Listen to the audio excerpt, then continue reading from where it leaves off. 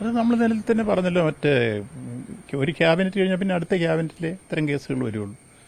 വലിയ തുക തീരുമാനിക്കുന്നതെല്ലാം ക്യാബിനറ്റായിരിക്കും.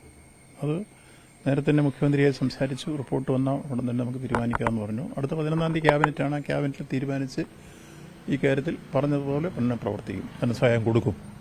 രാവിലെ അവരുടെ കുടുംബമൊക്കെ സംസാരിക്കുമ്പോൾ മകന് ജോലി കൊടുത്തത് വലിയ ആശ്വാസത്തിലാണ്. അതൊരു താൽക്കാലിക ജോലി അല്ല, ആ സ്ഥലം നോക്കാം. അപ്പോൾ രണ്ടും ഞങ്ങൾ പറഞ്ഞിട്ടുണ്ട്. അടിയന്തരമായി ചെയ്യാൻ കഴിയുക മെഡിക്കൽ കോളേജ് HDSനാണ്.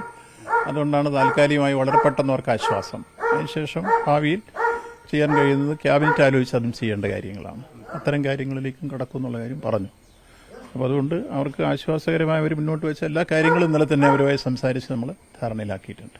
സൂപ്രണ്ട് ഈ കാര്യത്തിന്റെ ഉത്തരവാദിത്തം ഏറ്റെടുത്തിട്ടുണ്ടോ നിലവിൽ ഈ രക്ഷാപ്രവർത്തനവുമായി ബന്ധപ്പെട്ട്?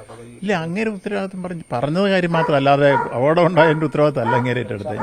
ഞാനാണ് ഈ വിവരം ഇങ്ങനെ പറഞ്ഞത് എന്ന കാര്യം പറഞ്ഞു. ഇത് രണ്ടുപേരേ ഉള്ളൂ. അല്ലാതെ രക്ഷാപ്രവർത്തനം വൈകിയില്ലെന്നുള്ളത് ക്ലീനായി. ഇപ്പം തെളിവായിട്ട് 10:59 JCB എവിടെ എത്തി, 10:50 എനിക്ക് മെസ്സേജ് കിട്ടിയെന്ന് എൻ്റെ ഉടമസ്ഥൻ തന്നെ ഇന്ന് ചാനലുകാരോട് വിശദീകരിക്കുന്നത് ഞാൻ കണ്ടു. അപ്പോൾ കൃത്യമായി ആ കാര്യത്തിൽ മെസ്സേജ് പോയി വന്നു. പിന്നെ വെട്ടിപ്പൊളിച്ച് കയറ്റാനുള്ള സമയം എന്ന് പറഞ്ഞത് ഗ്യാസ് കട്ടറൊക്കെ കൊണ്ടുവന്നിട്ടാണ് ആ ബീമെല്ലാം പൊളിച്ച് കെട്ടിടം പൊളിച്ച് അകത്തേക്ക് കയറ്റേണ്ടി വന്നതാണ് അതിൻ്റെ താമസം. അല്ലാതെ വേറൊരു താമസം അവിടെ ഉണ്ടായിട്ടില്ല. അല്ല, സൂപ്രണ്ട് അതിനകത്ത് വേറൊരു ഉത്തരവാദിത്തം എടുക്കേണ്ട കാര്യം അതിനകത്ത് അദ്ദേഹം പറഞ്ഞില്ല. അദ്ദേഹം ഇത് മന്ത്രിമാരോട് ഞാൻ ഇങ്ങനെ പറഞ്ഞതാണെന്നുള്ള കാര്യമാണ് അദ്ദേഹം പറഞ്ഞത്. നിശ്ചയമായും അദ്ദേഹം ഒരു നടപടി, കാരണം അദ്ദേഹം ഇന്ന് ഞാൻ പറയുന്നത് ഇന്ത്യയിൽ അറിയപ്പെടുന്ന ഏറ്റവും നല്ല തൊറാസിക് സർജനാണ്, സത്യസന്ധനാണ്.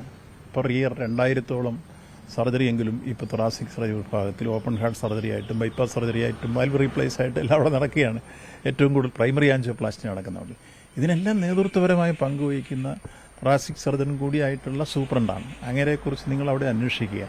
10 വയസ്സുകാരോടെങ്കിലും വാങ്ങിക്കുകയോ അതിനെക്കുറിച്ചൊരു ആക്ഷേപമോ, കയ്യിന് ശമ്പളം കിട്ടുന്നതിനകത്തൊരു ഭാഗം രോഗികൾക്ക് സപ്ലൈ ചെയ്ത് പോകുന്ന ഒരാളാണ്. അത്ര മാന്യനും സംസ്കാര സമ്പന്നനും അതോടൊപ്പം തന്നെ ഡ്യൂട്ടിയിൽ ഏറ്റവും കൃത്യനിഷ്ഠയോടുകൂടി കാര്യങ്ങൾ ചെയ്തു. രോഗികളെ അദ്ദേഹത്തെ കാണാൻ ദൈവത്തെ പോലെയാണ്. നിങ്ങൾ ഈ നാട്ടിൽ അന്വേഷിച്ച് നോക്ക്. അങ്ങനെ ഒരാളെക്കുറിച്ച് അപവാദം പറയാവോ?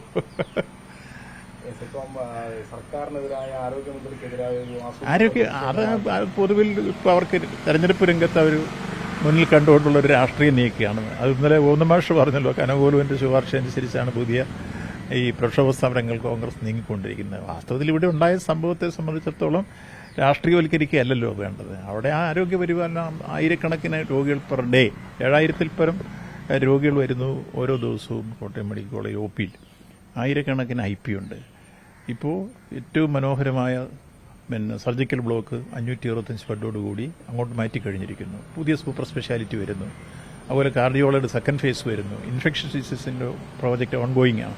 ഇങ്ങനെ നാനാതരത്തിൽ ആ ആശുപത്രി പുരോഗമിച്ച് കേരളത്തിലെ ഏറ്റവും മികവാർന്ന മെഡിക്കൽ കോളേജിൽ എന്ന രൂപത്തിലേക്ക് എത്തിക്കഴിഞ്ഞിട്ടുള്ള ഏതാണ്ട് 10 ഹാർട്ട് ട്രാൻസ്പ്ലാന്റേഷൻ നടന്ന, 7 ലിവർ ട്രാൻസ്പ്ലാന്റേഷൻ നടന്ന ഏക മെഡിക്കൽ കോളേജ് കോട്ടയം മെഡിക്കൽ കോളേജാണ്. അങ്ങനെ എല്ലാ അർത്ഥത്തിലും മികവാർന്ന പ്രവർത്തനത്തിലാണ് അത് മുന്നോട്ട്. അതെ, അത്തരം ഒരു ആതുരാലയത്തെ ഒരിക്കലും തകർക്കാൻ പാടില്ല. കാരണം പാവങ്ങൾക്ക് ഇതല്ലേ ഉള്ള അഭയം. പ്രൈവറ്റിൽ പോയാലും ഒരു ഓപ്പൺ ഹാർട്ട് സർജറി നടത്തി ഇറങ്ങി പോലും ഇപ്പോൾ 40 ലക്ഷം രൂപയ്ക്ക് മുകളിലാവും. ഇവിടെ 4 ലക്ഷം പോലും വേണ്ടല്ലോ ഇറങ്ങി. ആകെ ചില സാധനങ്ങൾ ചിലപ്പോൾ ഇല്ലാതെന്നെങ്കിൽ മേടിക്കേണ്ട പ്രശ്നങ്ങളൊക്കെ വരുന്നതല്ലാതെ മറ്റൊരു കാര്യം അതിനകത്തില്ലല്ലോ. ഇത് കഴിഞ്ഞാൽ നമ്മളിങ്ങനെ ഇറങ്ങി പോരുകയല്ലേ. അപ്പോൾ പാവപ്പെട്ടവനെ സംബന്ധിച്ച് ഇതാണ് അഭയകേന്ദ്രം.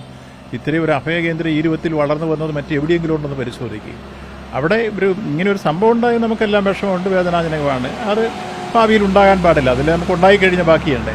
അതിനെ ആ രൂപത്തിൽ കണ്ട് ഒരു ആതുരാലയത്തെ സംരക്ഷിക്കേണ്ടതിന് പകരം അതിനെ തകർക്കാൻ വേണ്ടി ശ്രമിക്കുന്നത് ഒരിക്കലും ശരിയല്ല. അതാണ് പ്രതിഷേധങ്ങളിൽ മാധ്യമ പ്രതിപക്ഷ ഗൂഢാലോചന എന്നാണ് ദേശാഭിമാനിയുടെ മുഖപത്രത്തിൽ ഇത്തരത്തിലുള്ള സംഭവത്തിൽ പ്രതിഷേധമൊക്കെ സ്വാഭാവികമല്ലേ?